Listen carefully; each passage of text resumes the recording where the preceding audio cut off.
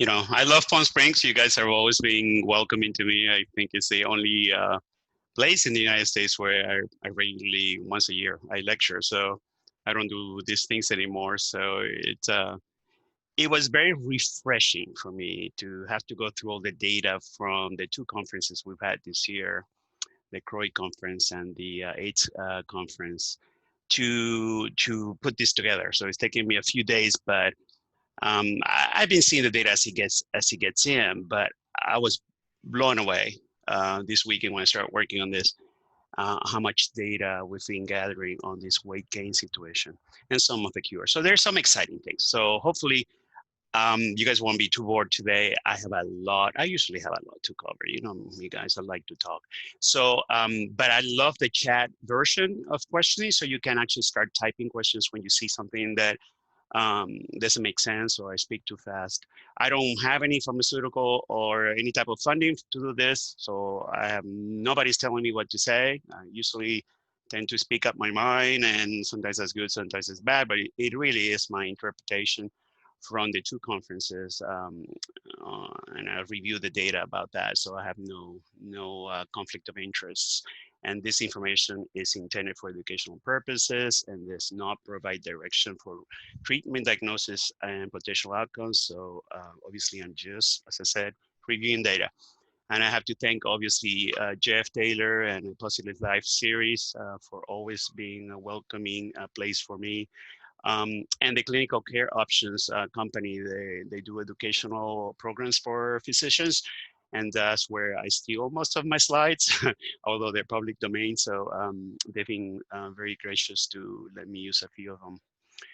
So this is what I'm going to speak about. First of all, a brief overview of the new HIV medications coming through. And yes, we do have a few coming through that are going to change the paradigm of HIV, in my point of view. I'm gonna speak about the HIV remission eradication story, basically the tale of the two cure HIV positive people. And obviously you guys have Timothy Brown in Palm Springs. We have now somebody in London who is actually from my country, from Venezuela, who also looks like he is cured. And we have a guy in Brazil too, so I'll be reviewing those three cases. Obviously not Timothy's, because we've had 12 years of not only knowledge of his experience, but also personal knowledge, since he's a friend of most of us in this call.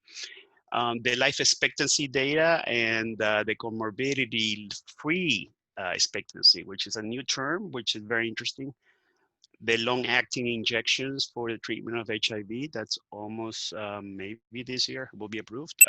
It's already approved in Canada. We'll talk a little bit about the new, the first-in-class investigational treatments. This whole thing about the weight gain data in the new era of HIV, something we did not expect with new treatments. We actually thought that leaving protease inhibitors behind and all the toxic nucleoside analogs like ACT and D4T were gonna get rid of this problem, but we have a few issues with weight gain. HIV prevention, even though many of us in this call are already positive, there is very interesting data on the long-acting injection for those that cannot comply or adhere with daily Truvada, oral Truvada. And also, I didn't include it here, I have an appendix for that I will not be able to review because of time, where there's a lot of the potential treatments for weight gain that I usually speak about every time I go to Palm Springs, but there are a few things, new things that you guys are gonna see in the handout that Jeff will send you after the call. So yes, we do have a bunch of medications.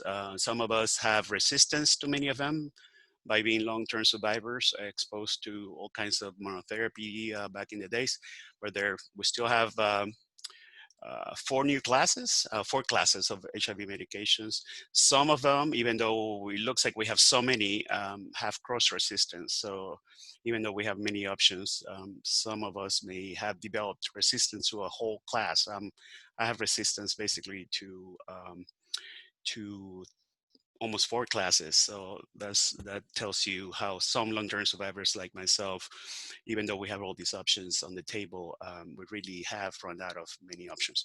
We have 14 single tablet regimens and once a day regimens, and some of them have overlap, obviously, and some of them are Me Too drugs, meaning they're just companies making a copy or of another company's pseudo kind of molecule. So even though we have 14, really doesn't mean that we have 14 different options when it comes to sensitivity to the virus.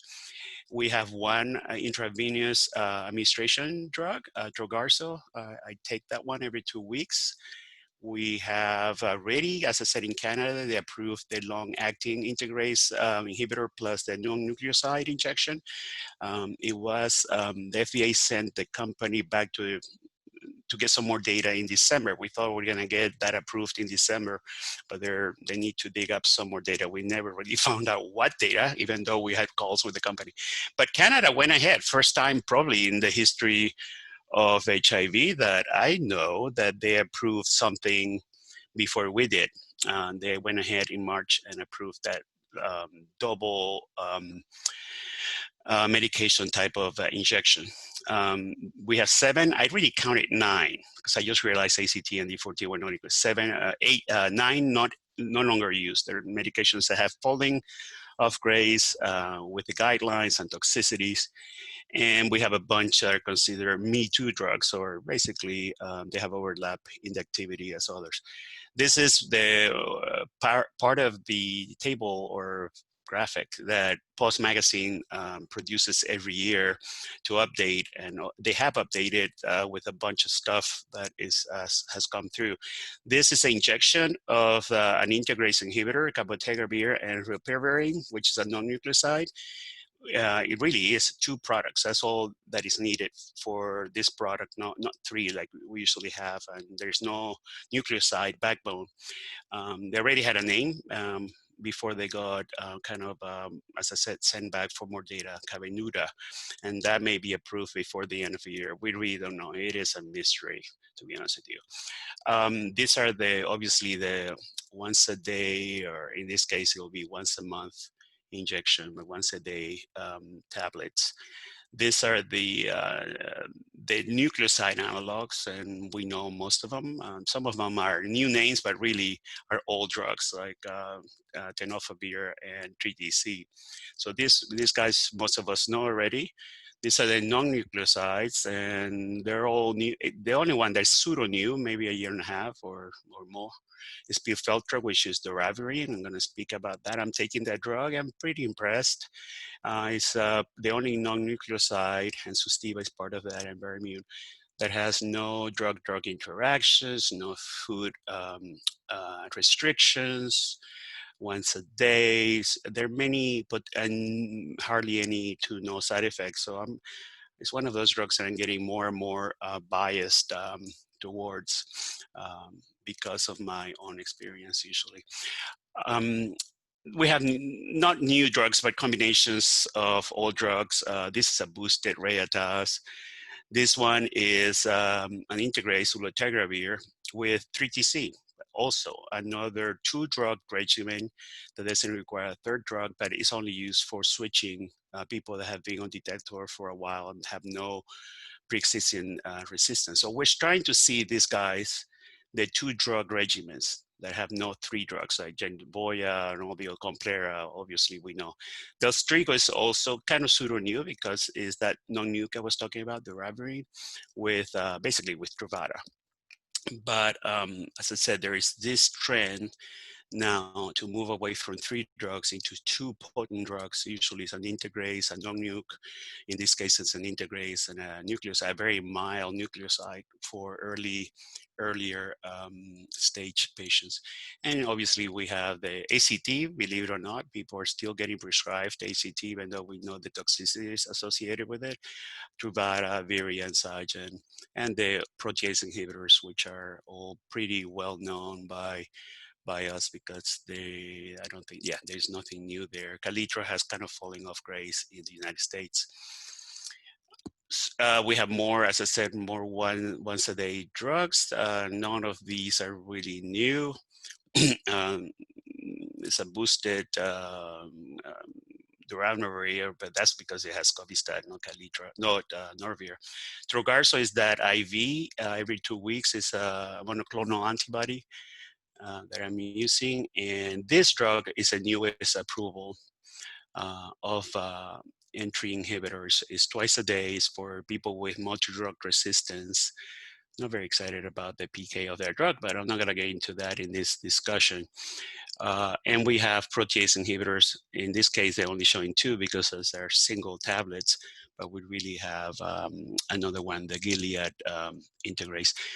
And these are the drugs that have fallen off grace.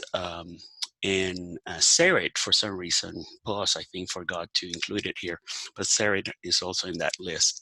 So we let go of a bunch of drugs that were not absorbed very well or had a lot of side effects, had ACT, and obviously Crixidine, which caused a lot of issues for us, and Fusion, which was an injection twice a day that most of us, I took it for a while, and it was not fun to definitely take it. So let's go into the kind of exciting data. Obviously, we know about Timothy, our friend Timothy. Many of us obviously become friends with him, love the guy, lives in Palm Springs with you guys. But now in 2019, it got reported that Adam Castillejo, who lives in London, a Venezuelan guy, got also cure, and I think we can use that word now after somebody has been undetectable and with no antibodies for a while.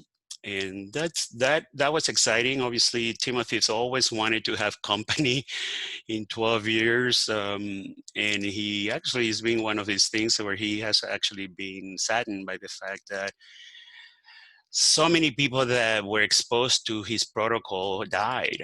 He was just this guy that survived a really harsh protocol, while at least 8 others that were exposed to it later after him did not survive because it's that harsh, and there was a lot of autoimmune, the body actual rejection of the stem cell transfer.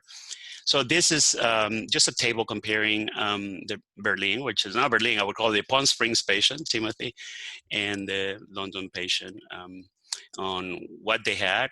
Timothy had leukemia in 2006, London patient Hodgkin's lymphoma in 2012. Timothy had not only induction, but chemotherapy, a lot of treatment prior to the stem cell. He failed chemo twice. So you basically, to be considered to take the risk of a stem cell transplant, you have to fail, or the chemo has to fail you. I hate to say you have to fail. So chemo fail you at least twice in many cases for you to even be considered. He, the London patient also had first line and salvage chemotherapies, including biologics, which Timothy didn't have access to in 2006. The stem cell donor was a perfect match in Timothy's case with Delta 232, double Delta 2, Delta 32 mutation. In the case of the London patient, it was almost perfect, but there was 9 to 10 when it comes to the match. So it wasn't not all the way there, but almost there. Timothy had a first transplant in 2007, which was it was preceded with conditioning that included a bunch of chemo and immune suppressants. And you can tell this is a very, very complex, harsh cocktail. And in London, we basically had a simpler, not probably easy either, but fewer compounds with biologics that obviously were approved after 2006. The HIV medications were actually discontinued the day he got transplantation. Timothy did. And in this case, in London, they waited a few months post-transplantation. We don't know whether that makes a difference or not, to be honest with you. Timothy had to go through another transplant. And some people don't even know that. And he's gone through so much. 2 years later, basically, had a relapse and had to go through another transplant with obviously another conditioning pre-transplant of chemo and immune suppressants that were not included in his prior treatment. In the London case, he did not require a second transplant, so he fared a lot better. Timothy didn't really go back in treatment, or even, basically the day of transplantation, the HIV medications were discontinued. Whether or not that made a difference, we really don't know. Whether had he remained on treatment, who knows? But he didn't, and he actually became, as I said, antibody negative for HIV. After this the stem cell transplant, you have to go through an immunosuppression cocktail that lasts 38 months or 3 years after through treatment. So he not only had to go through this hell, but also after a stem cell transplant, going to suppression with a cocktail. And in this case, in the London case, was a lot shorter, less than 1 year, and a lot simpler. Graft versus host disease, basically a problem that kills people. Usually when your body's rejecting the transplant, the stem cell transplant. He had it. He had a great one following the first transplant, and in London, also in 77 days after. So this is usually the highest risk when your body starts rejecting. But doctors, oncologists, know how to treat it in most cases. But as I said, several patients after Timothy died just because of the graft versus host disease reactions. ART-free HIV remission over 12 years, and obviously this is a new case, so 18 months, maybe 22 months by now. I don't know how old this, maybe more, but let's say he's getting close to 2 years. Okay, so let's hope that he still, there's no rebound, and that we have more and more people, and we are expecting more data from other people that have been exposed to a more simple, there's nothing simple to this protocol, but compared to Timothy's simpler approach to the stem cell before and after. And so you can get obviously a stem cell donated from somebody with a Delta 32 double mutation, or you could have it, like some companies are looking at, you can have your immune system modified through ex vivo or outside your body, or in vivo delivery. The in vivo delivery is definitely being just in the early stages of research. The ex vivo, we've had some data, although, and by the way, Jeff Taylor is the most knowledgeable about this subject, because he's still active in all the committees, the cure-related committees. I'm not.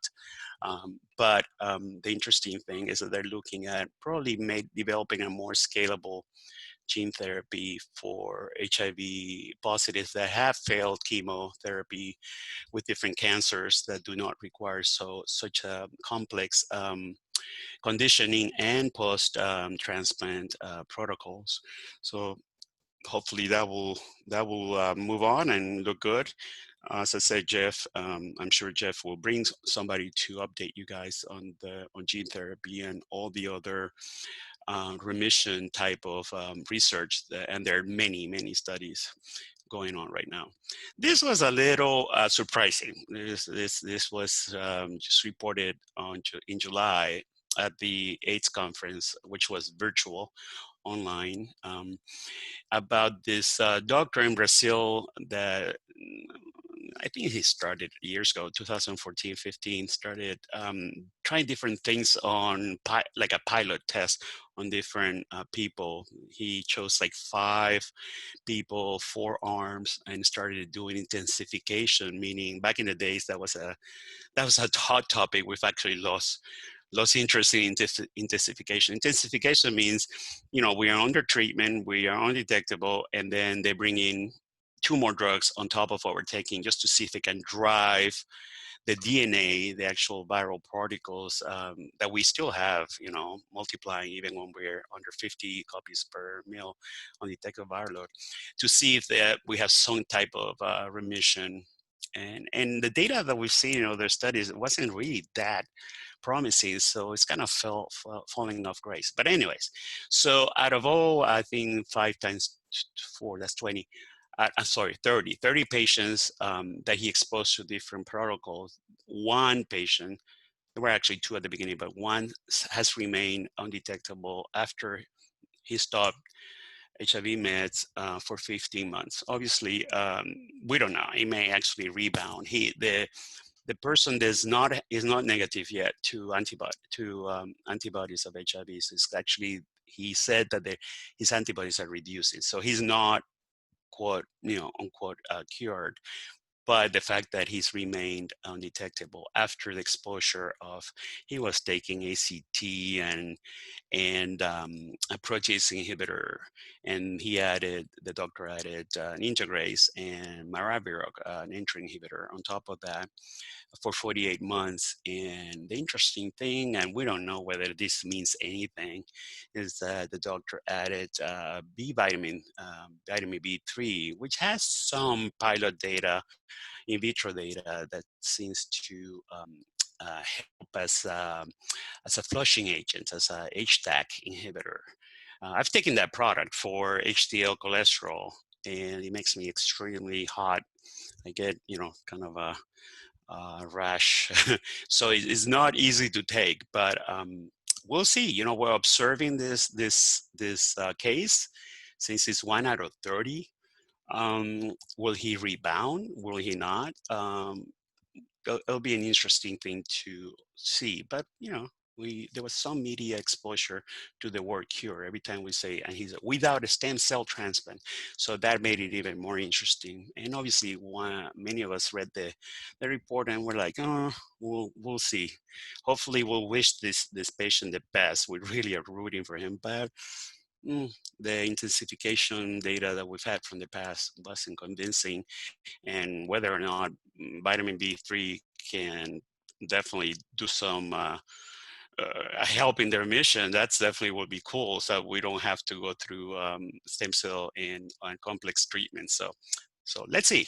As I said, it's one of those interesting single cases. So are we living longer? Yes, we all know we're living longer. Whether or not we're living better, that's another issue as we get older. And there's actually, this was an interesting paper presented at CROI in February this year. Well, they went through a cohort of a Kaiser Permanente of 39,000 HIV positives. It's a huge cohort that Kaiser has, and controls HIV negatives of more than 250,000. They also looked at those that started HIV treatments with CD4 counts over 500 between 2011 and 16. Most of them were middle age, 41, mostly male and white. Most were gay, men that have sex with men who initiated ART. During follow-up, 29% has T cells over 500, so only a third started treatment early enough. Those that started treatment over 500 had really the life expectancy very close to HIV negatives, just missing by 2 years. So obviously we know that the earlier you start when it comes to CD4s and immune health, the better you fare, right? However, once you do an average of everybody, the life expectancy of people living with HIV compared to HIV negatives in that time, and that's 2014, 16, where integrase were, just a new thing. I think this number may actually improve as integrase and inhibitors have come through since then. I really believe so, and that's just, I've seen some data, but I do believe that we are closer to the 65. But there's a gap here, obviously, okay? What I really like is the concept of comorbidity-free years. This is the years that we have that are healthy enough that we don't have high blood pressure or diabetes or all cardiovascular issues, or even frailty, fatigue, all the different comorbidities. Well, here we have chronic liver disease, kidney disease, lung disease, diabetes, cancer, or heart disease. When you do an average, we definitely don't fare well. And this is actually expected years remaining at age 21. This is a 21-year-old that starts treatment in this time, 2014-16, since the drugs were a little better than here, obviously, than their earlier times. And now we have even better, I think, when it comes to efficacy. But when it comes to healthy years, where we don't have a health problem, there's a huge gap right there. So basically, at this time, they were calculating 15 years, and this is mathematical modeling, by the way, which usually have holes in them. 15 years of healthy years compared to 31 years for that 21-year-old if the person is negative. Whether or not the gap is smaller, but there is a gap, and we all know it because we have enough data about aging with HIV that has really shown the gap in comorbidities that we experience with compared to HIV negatives. So, good news, and we're closing the gap in both ways. We're closing the gap on life expectancy, and hopefully we'll slowly close the gap, although I'm really not as hopeful of that when it comes to comorbidities as we age. And a lot of us are dealing with it, including myself in many ways.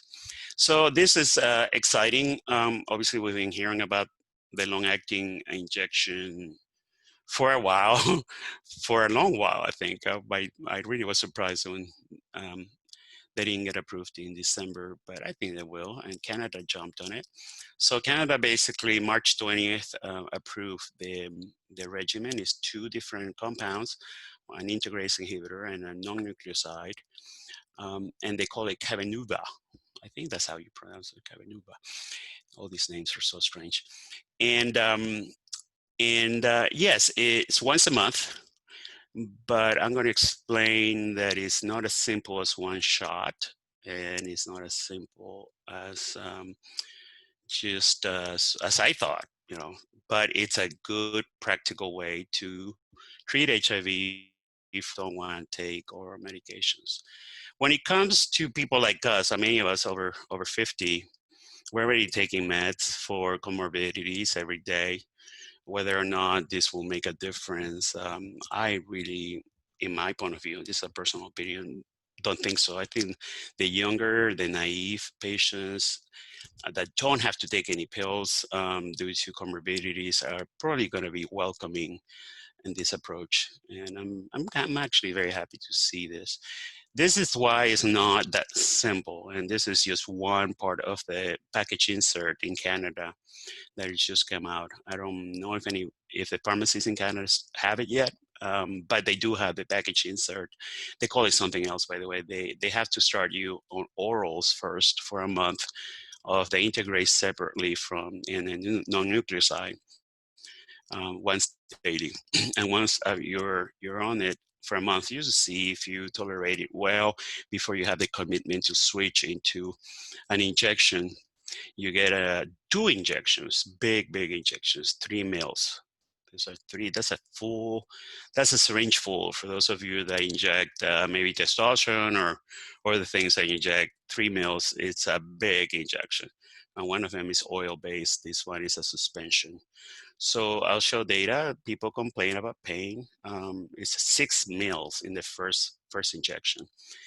I'm still, and Jeff may know more about this, how we're going to deal with injections if people have to go to their doctor's office or even to pharmacy, but I really haven't heard the details yet since we may have different requirements here in the United States, but they're not injections that you receive at home by mail. They're not. So the patient has to be provided the injection, not self-administer. And then after you got the big shot, month 3 and afterwards, you jump into a smaller 2 shots, 2 mils instead of 3, obviously from them on. Okay, they do have a kind of a complicated protocol for those that either forget to show up for the injection, so they will have to go back to the orals for a month. So it's a little complicated for those that do not show up to the injection. For me, I think at least the doctors will know if a person is adhering, because if they don't show up, then they're not adhering. So there's a true measurement of whether or not is somebody sticking with the treatment.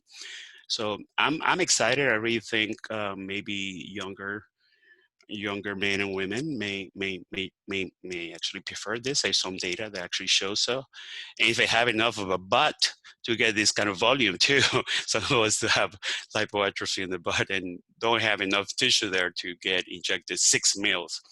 So real quick, it's kind of one of those clinical slides. So I'm going to go through it real quick. They just went through a study that obviously they gave people the oral medications for a month, and then they tried 2 different doses with every 8 weeks and every 4 weeks, just to see, and just to see how many people reached undetectable viral load and also side effects.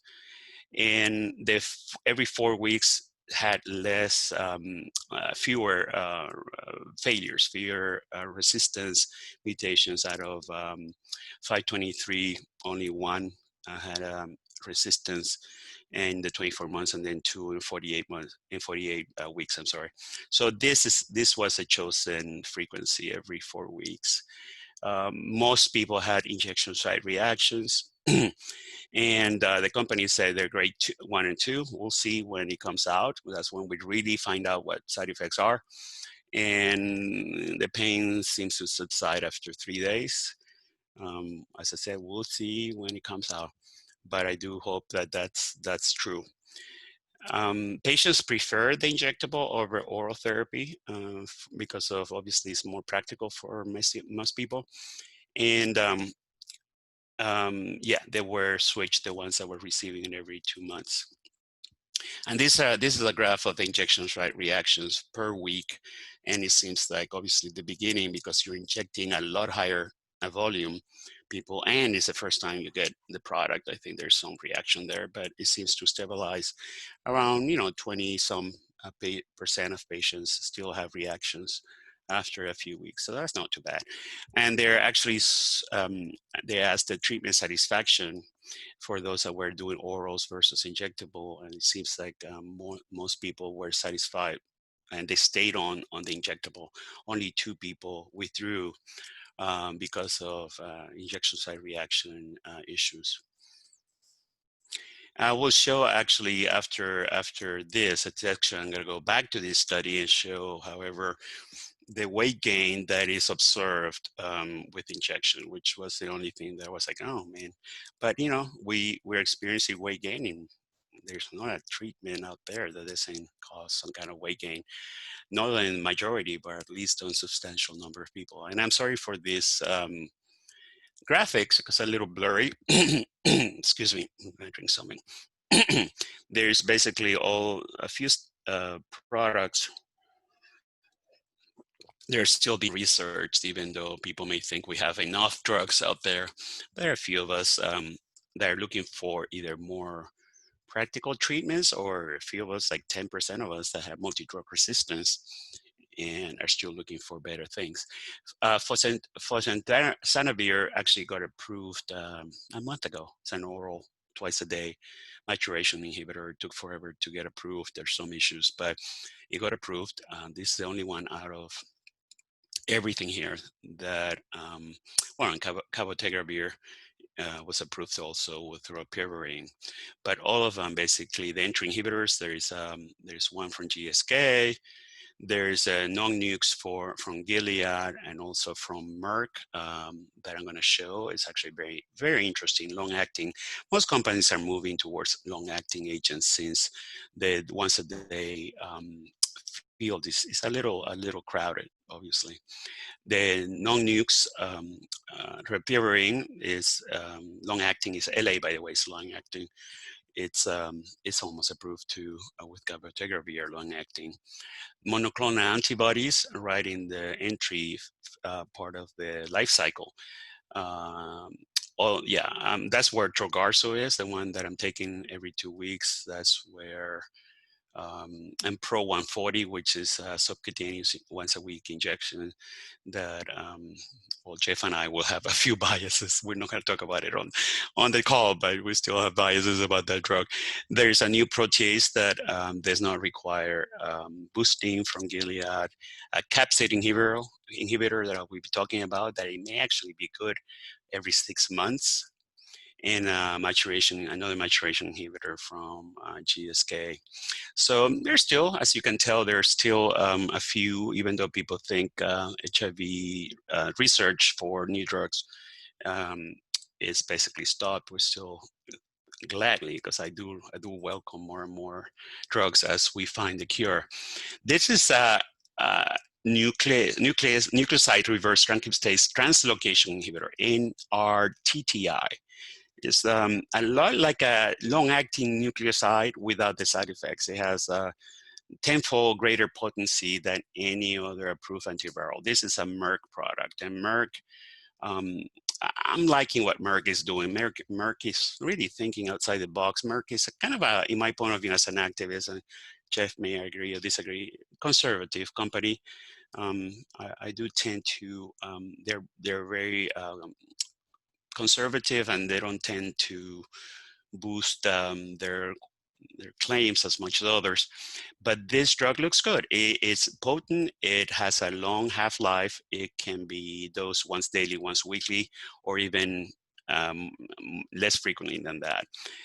And they got approved their non-nuke, which I said I'm taking it. It's the only non-nuke that has basically not only good activity against against non-nucleoside resistance. I have a lot of resistance with non-nucleoside inhibitors. It's dosed daily, has no adverse CNS effects. It has no food restrictions, no drug-drug interactions, favorable lipid profile. So it's the only really non-nuke that can do all that. Sustiva did not. Rilpivirine has drug-drug interactions. All the other ones, Interlens, all of them, and it's once a day pill. So they're looking at combining the two, doravirine and Islatravir.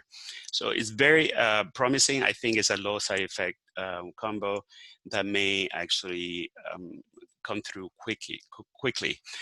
Really quickly, just they try different doses and compare it to doravirine, Treatme.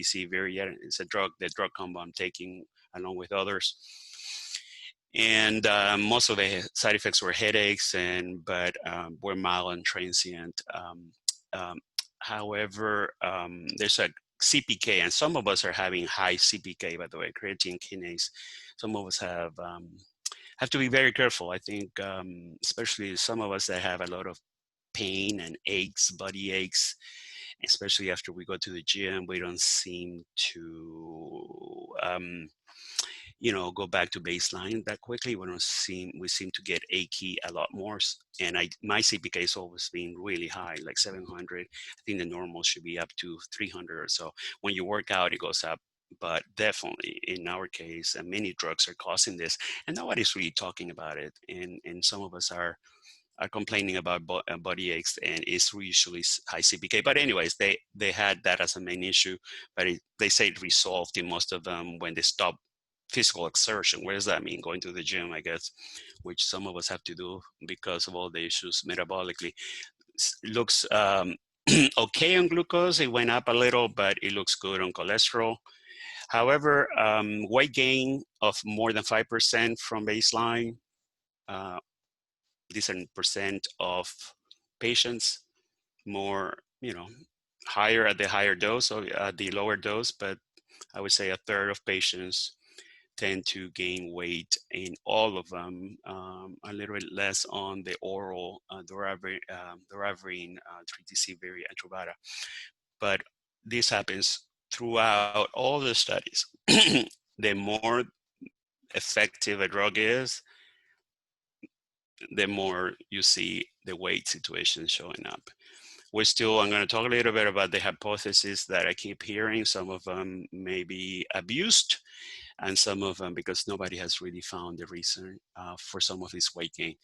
This is that capsid inhibitor from Gilead that is looking really potent. It may actually be dosed every 6 months. It will take a while to give people orally because it's a subcutaneous injection, because it takes a while for it to reach the levels required. So they're going to have to give people orally first and then switch them to a subcutaneous injection. And I don't know where they're going to give it to, because I don't know anything that works in 24 weeks this way. We have long-acting agents, and you've seen the data already. I show you is every 4 weeks, but we're talking about 24 weeks here. Hey, who knows? Maybe something else will come along, because this drug doesn't work by itself, obviously, like nothing else does. But it's promising that there's such a long-acting. Long-acting sometimes is good, sometimes it's bad. It's bad when it comes to side effects. If you have something in your body that's long-acting, you have side effect, you're gonna have to write it, and that's the only thing. That's why oral induction is called, happens and we're gonna see a lot of that in the future of HIV. We're starting with orals and then switching to the long-acting after we're sure that we can tolerate the drug. Okay, so subcutaneous, they didn't see huge side effects. Injection site reactions, obviously, in 80% of patients.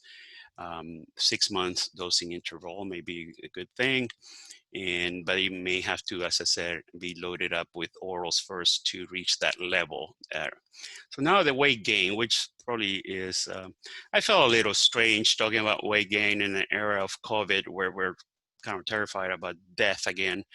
But it is a topic that is still hot in our world. I mean, a lot of us have been traumatized by lipodystrophy in the past, since we are all long-term survivors, most of us, and we really don't want anything that messes up with our bodies, not because of vanity, but I'll show you data that also shows that comorbidities actually increase, and we definitely have enough to be gaining through weight gain.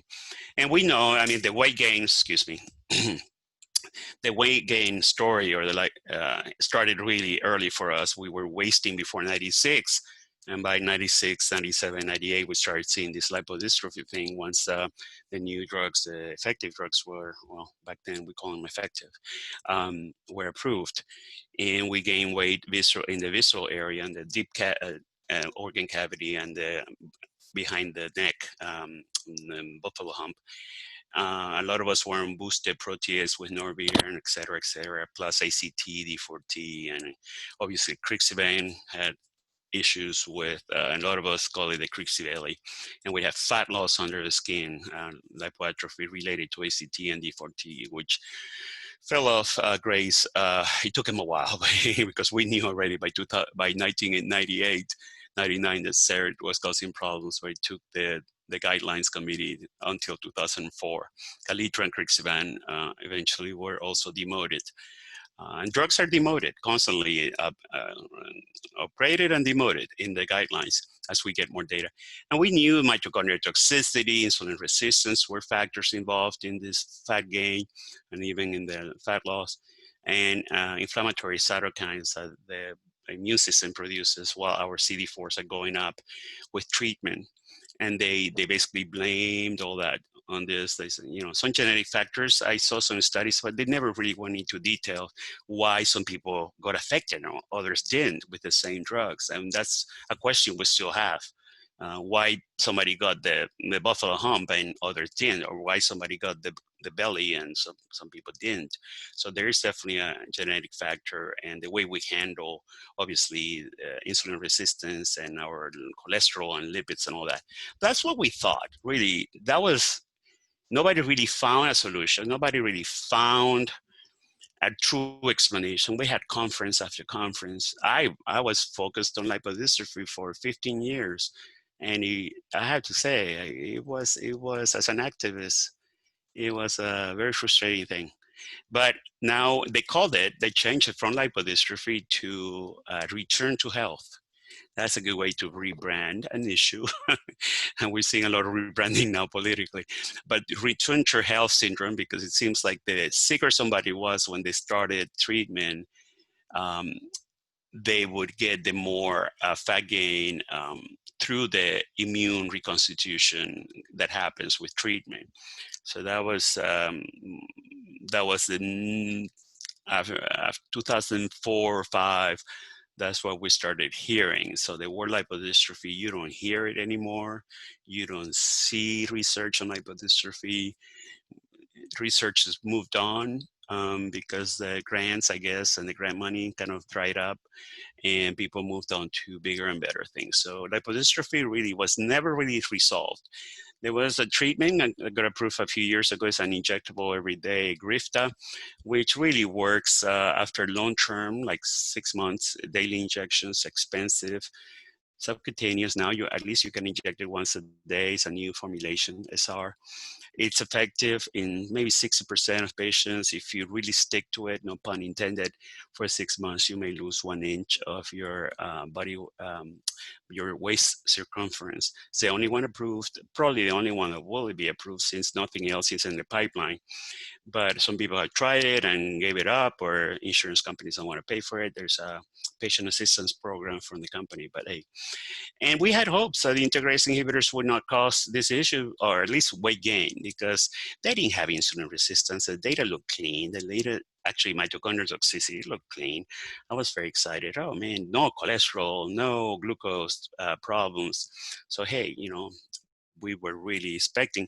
We don't see the disfiguring lipodystrophy, especially in younger people, but we do have it. Many of us have it because we're long-term survivors that were exposed to the Crixivan and the ACT and D4Ts, and switching to new drugs did not really reverse it, no matter what the studies were trying to do, and none of them proved that we were getting better off. Yes, switching from ACT and D4T away from them obviously improved a little bit of the lipoatrophy, the fat loss, but many of us had to get injections in the face because we looked so sick, and the buttocks and all that. You guys remember my lectures back in the days in Palm Springs.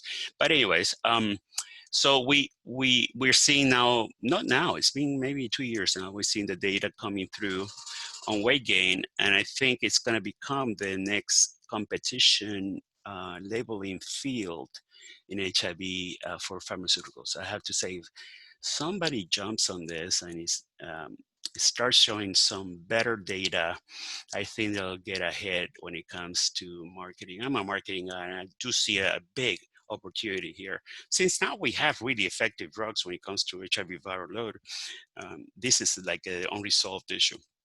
So anyways, integrase inhibitors and TAF, the replacement of tenofovir. Surprisingly, we've seen weight gain with that drug. Tenofovir did not show a problem with weight gain. It showed actually a problem with bone density issues and kidney issues for some patients. I'm back on tenofovir. I never had problems because I'm taking it with doravirine. But anyways, across naive populations, substantial weight gain has been observed when they start integrase inhibitors, particularly the Gilead drug or the Beat drug, the BK, dolutegravir, with or without TAF. There's many cohorts, 22,000, almost 6,000, 1,100, 1,000, that have collected data. Excess gain, weight gain has also been evident among people that breast patients that switch from, let's say, a non-nuc to an integrase inhibitor. So not only those that start from scratch with integrase, but they're switching. And a lot of people were switched. There still are. A lot of us and a lot of people not with built-up resistance that were taking protease inhibitors or non-nucleosides like Sustiva were switched, and a lot of things improved. Viral load obviously was better, cholesterol better, glucose better. Some of the side effects showed up later, like depression and anxiety in dolutegravir, but most things were better. So we really were hopeful. But a lot of people are starting to complain. I have friends of mine, you know, my belly's bigger now on this integrase, man. I'm supposed to be better. And now we're seeing that definitely is an issue where people are gaining weight. Most women and African Americans, persons, older people tend to have more issues. I know a lot of younger people on integrase doing great, no issues when it comes to body or any of that. So this this is not a discouraging thing for especially those that are afraid to start HIV medications, because it's really not the majority. But we're seeing enough data to be concerned that it is an issue that may affect comorbidities.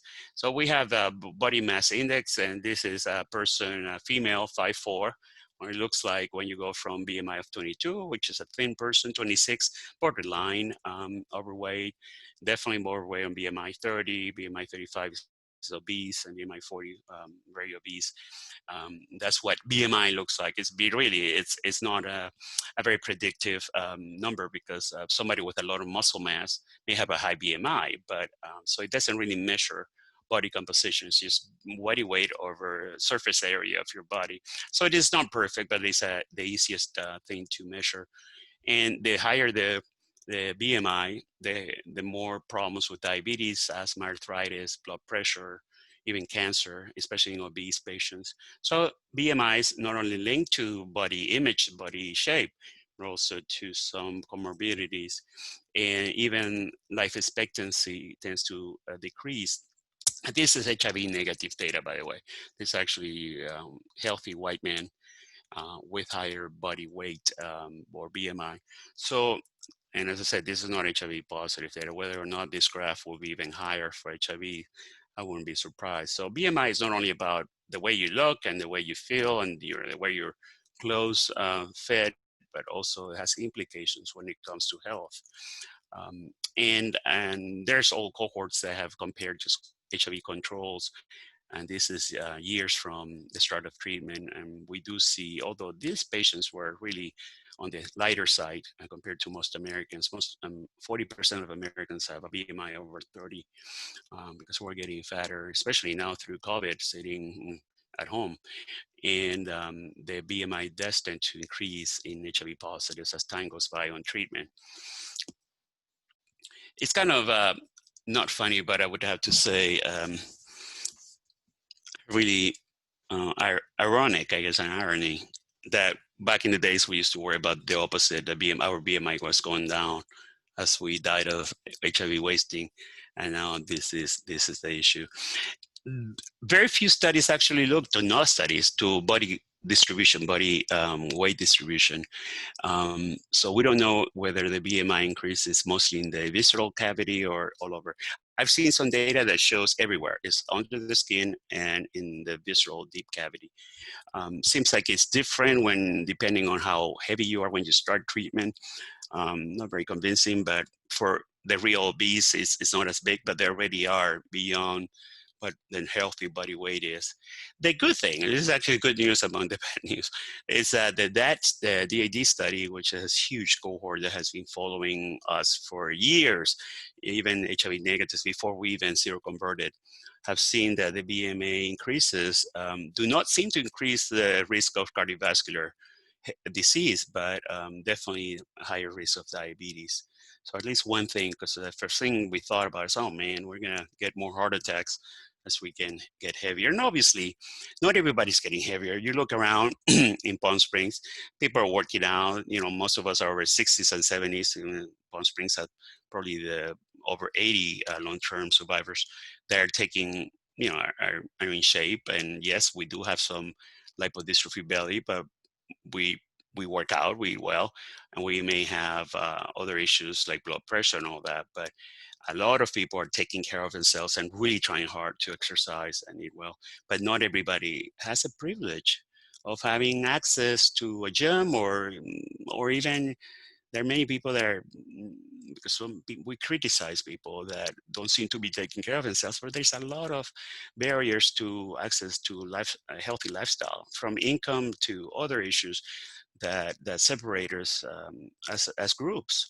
So that's something we need to be very careful about, the fact that we can judge people with more problems than others when it comes to lifestyle. Nelson, this And this is people starting TVK, after. Dolutegravir, the integrase from beef, and they in South Africa are naive. They all gain weight. Women gain more weight than men, 9 kilos. Pound is like almost two of these. So, and compared to Sustiva, the the green one. Obviously, Sustiva gave us nightmares and depression, but it, as a non-nuke, non-nukes tend to be a little friendlier than the integrase and protease, but women, at least in South Africa, tend to increase more weight. Better hurry up. Um, yeah, and TAF is also showing increases in body weight when people are switched from Beria, and that was definitely not expected because that's a nucleoside. Also switching, yeah, as I said, switching from Beria to TAF in people with undetectable viral load. Um, this is the background therapies, and yeah, they even separated them by, some people may actually be taking medications that are associated with weight gain, like antipsychotics, mood stabilizers, antidepressants, blood pressure meds. A lot of blood pressure meds increase body weight if you, and a lot of us are taking them.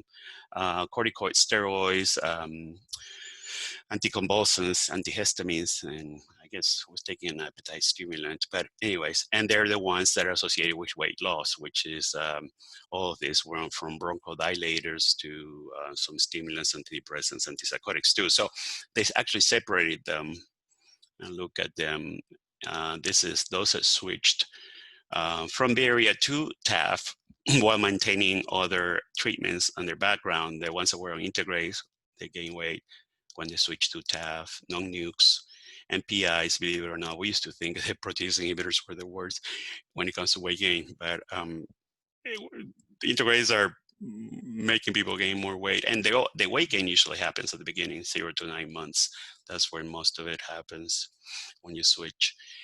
Weight gain after switching, yeah, to the new non-nuke and taking this product, Pilferotro. Well, I don't think I've gained more belly, although I can't explain whether I may feel like I do because I'm not working out as much because of COVID, but at least when I switched, I think I remained the same. And this is the non-nuke by itself, Pilferotro, the rivaline by Merck, and this is a combination with Truvada, basically, because as you know, Gilead sometimes has an issue with allowing other companies to use TAF. But hey, it may be actually a blessing for Merck because tenofovir doesn't seem to be causing this weight gain issue as much, or even an increase in cholesterol, in LDL cholesterol.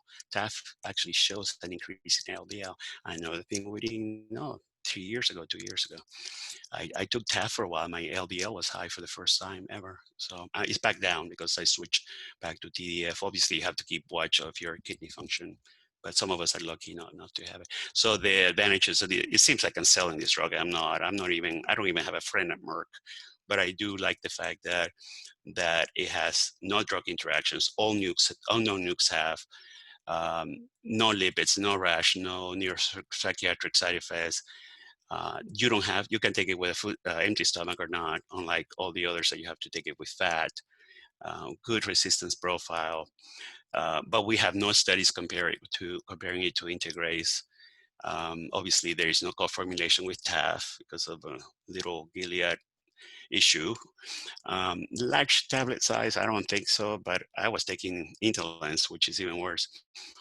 And so it is a promising drug. I think we're going to see a lot more people switching from Intalens, from Endurant, from all the other non-nukes, definitely Sustiva, that have issues with interactions and all that. And when they switch, some people gain weight, but the weight was not as much as all the other products that we've seen so far. So like everything, you gain weight when you switch or when you start, but this product seems to have less weight than the others. I'm not, as I said, I'm not selling this drug. I have no friends in America, but I'm actually kind of excited that a non-nuke is doing really well with our virologic control, and it may, 74% had less than 5% weight gain. So that's actually a good thing, less than 5%. So anyways, that's me trying to talk about the new non-nuke.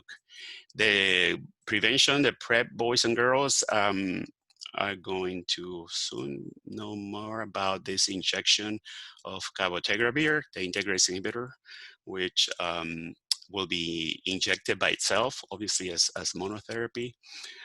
It was compared to Truvada orally. More people remain undetectable. I'm sorry, more people remain undetectable than Truvada because obviously they didn't have to take it every day. Believe it or not, this is really interesting. This is the most interesting graph that I get off on data. I'm sorry, guys, I'm kind of a nerd. But they did dry blood spot samples of these patients on Truvada. They just took a little, drop of blood and measured blood levels there. And they saw that only a third of them were taking it every day out of the study. Some, the purple ones, 4 to 7, so not every day. Some 2 or 4 times a week, and the rest less than 2 doses a week, and some no detectable drug at all. So they were not even complying with the study. So only a third of people in PrEP, at least in this study, were taking it every day. I don't even know if I was HIV negative, if I would take a drug every day, if I'm not having sex that frequently. So that's something else that has been discussed, the use of Truvada as needed before and after sexual encounters. But it's very interesting that I thought it would be more better adherence than this, but it's not. So the injection, the long-acting injection had some, some issues like nasal congestion, the blood sugar went up, and pyrexia. Pyrexia is this increase in body temperature. We feel a little achy, like we're coming down with something. Not a good thing to be saying right now with COVID, but the injection had that effect more than Truvada. And they say injection site reactions. And as I said, it's the same as a treatment of HIV that I showed before, but it's monotherapy. It's only using the integrase inhibitor with the non-nuke. Seems to get better as time goes by. At least that's what the company says, and we'll see whether that's true when it comes out. And this is what it was kind of shocking to me, because these are HIV negative. These are people with that HIV getting the injection, the cabotegravir injection. The blue one is cabotegravir, and the red one is oral Truvada, and this is weight gain. As obviously as weeks went by, and you see obviously the cabotegravir injection integrates by itself. There is no immune reconstitution if you don't have HIV. So this proves to me, and I'm going to say something that probably is going to get me in trouble, that there is some medication related effect on the weight gain. And it's not all about this immune reconstitution or return to health issue that is being sold to us for so many years as a way to pacify us. I'm sorry, I'm getting really political here, but I guess I am. I'm really troubled by the fact that we're still dealing with this without having anybody at least explain it. But there is. So I hope the information is packaged in such a way that doesn't really scare people to jump into something that may actually work better for them. But there is this issue with, and we're not talking about huge amounts. This is actually kilos, 5 kilos, we're 12 pounds, 10 pounds. I'm not good with my math, but yeah, after 90 or some weeks, you can see the spread. Obviously, some people are on the lower side, and some people know this is a spread. So that tells me HIV is not present in this system. So there is a class effect or a medication effect. So definitely work better, reduce the risk. And oh my God, I made it on time. So we're finding the cure for HIV has taken a long time. Some of us are frustrated. It seems like 12 years after Timothy, I really did that we're gonna have more people. It really has been kind of strange. And it's actually proven to me how strong he was to go through all this hell. This was his luck. I don't think so. It takes more than luck to survive all he's gone through. And we have somebody else hopefully to join him, and hopefully other cases that we'll probably hear about, because we already know that some researchers have been doing stem cell transplants like the London patient in at least 5 more patients. The long-acting treatments are becoming more popular, and they will be the next thing sooner now than before. PrEP has been an amazing thing. I think it's reduced HIV infection rates everywhere. I think, in my point of view, personally, I think PrEP has reduced HIV stigma. For those of us that are sexually active, some of us are not getting rejected as much due to the fear of infection. That, and obviously U equals U, undetectable equals we don't infect people when you're undetectable. Those two things have been potent at halting a lot of the spread of HIV in the United States. But taking a pill every day is challenging for a lot of people, like you saw, and hopefully this long-acting injection will help there. The disfiguring lipodystrophy is not as common, especially with new people coming through the treatment, as it was back in our horrible days of the toxic treatments. But weight gain is definitely showing up in every study, no matter what product you use. Whether or not it will change our quality of life, whether or not it can be reversed. We have not a single study on interventions for this issue. All we have is the same old review of data, cohorts. I'm so tired of it. Oh yeah, we have this is happening more, this is happening more. I want to see, okay, this group was exposed to exercise. I have a few options on the appendix, because obviously it would have taken me another hour, and maybe Jeff can have me back soon to cover the many many different options that I think should be looked at for metformin is one of them. I do believe some people may do well on metformin for weight loss. There's new data coming through combining it with an amino acid, and actually with very tiny doses of Viagra, believe it or not. These three things combined seem to do a very good job to reduce weight. And compounding pharmacies, some of them I'm working with, I work a lot with compounding, are making this product. We call it Synergy, Metformin Synergy. I'm not selling anything here, by the way, but a study popped up, and I have the freedom, thank God, with the work I do, to have people compound things that I look at in papers that are available. Obviously, these are drugs that are all generic and available. We do add a little B12 there because metformin decreases.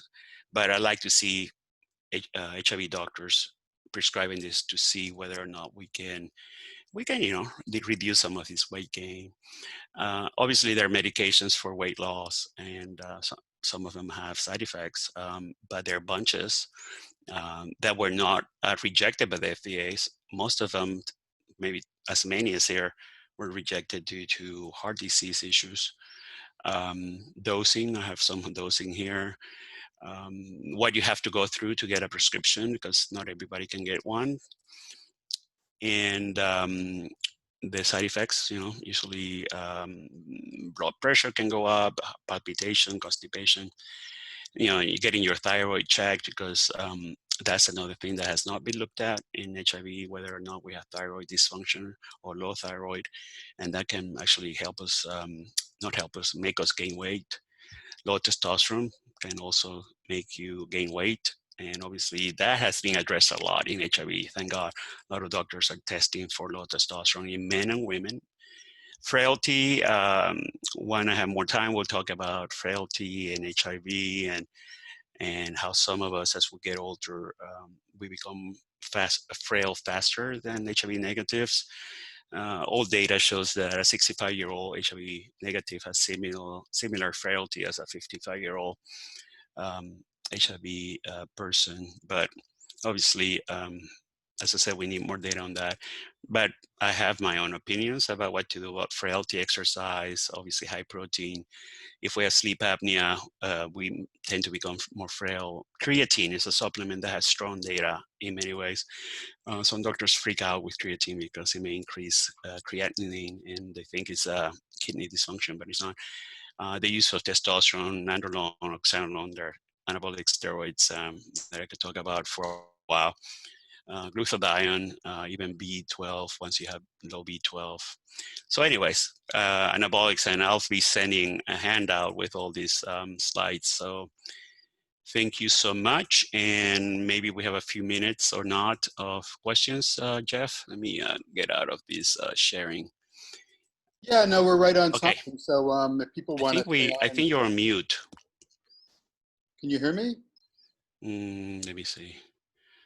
I don't hear Can you. people hear me? I show myself unmuted. You can. Okay, I see some hands. You are on low volume. You should increase your volume. Okay, I think it's there time. you go. Gonna go. Talk now. Yeah, go ahead and type in some questions. Let me see. 30-some people, so it's easier to type them than in the chat box there. I can't hear, man. I'm sorry. You guys hear? Anybody else? Can you write on the chat? I don't hear Jeff. I'm hearing them pretty good. Oh well. Let me see. Is it me? Let me see. Hold on. Okay. Maybe because I had my volume down. Can anybody talk now? Jeff? Yes. Okay, good. If they raise their hand and unmute themselves. Okay, there are questions here already. Can I answer some of them? Please. Okay, sorry, what's my end? Any new treatments? No. For lipodystrophy? No. Answer, yeah. 15. Viagra. Yeah, Viagra with metformin and leucine. Okay, all right. Any more recent data on Serostim? No, Serostim was the most effective treatment for lipodystrophy, for lipohypertrophy, for the belly. More effective than Egrifta, but some people had high blood sugar and a lot of body aches, so the FDA rejected it for lipodystrophy. So that never got approved. Only is approved for HIV wasting. Some doctors managed to write a script and justify it, but not approved for lipodystrophy. Any more questions in the chat, or even, I mean, we can open it up for, if you guys, everybody's on mute. Yeah, if you want to raise your hand, I can unmute you. There should be a button to do so. It's different places depending on if you're on your computer or. Yeah, we have 30 people on the call. No more? Any questions? No? Should I just go to bed? It's 2 hours later here. Okay. Terrific. Well, thank you, everybody, and thank you, Nelson, for this. And I'll be sending out his a PDF of his slides with the appendix that he was talking about, so everybody has a copy. I see a couple more messages coming in. Let me see. Hope I didn't depress you guys. So it's not as upbeat as usually the data I present, but it is what it is, right? Not like we do need some cheering up. And then a couple of announcements. So we continue to do these programs through the summer. Often we take a hiatus in July and August because people go away, but nobody's going anywhere. So we'll continue next month. And also the reunion project that we were supposed to have back in April has been rescheduled for October 17th. It's going to be all virtual. We had hoped to do kind of a hybrid in-person virtual event, but that's not going to be possible the way things are going. So you'll be getting more information. So that'll be a Zoom meeting like this with some breakout sessions. So we're going to try to, utilize all the features of Zoom to recreate what the reunion project is each year. The keynote speaker will be Javier Munoz, who some of you may recognize from the cast of Hamilton. He took over for Lin-Manuel Miranda on Broadway and played that for many years. As he's an HIV-positive gay man, also a cancer survivor, who's going to talk about his experiences as a long-term survivor. So we're looking forward to that. So great. If you have any questions, shoot me an email, and we will see everyone next month. And we'll get Nelson back sometime next year so he can cover all those slides he couldn't before. Stay safe and healthy, everybody. Stay safe and healthy. Talk to you guys soon. Bye-bye, Jeff. Bye. Thanks. Bye, everybody. Take care.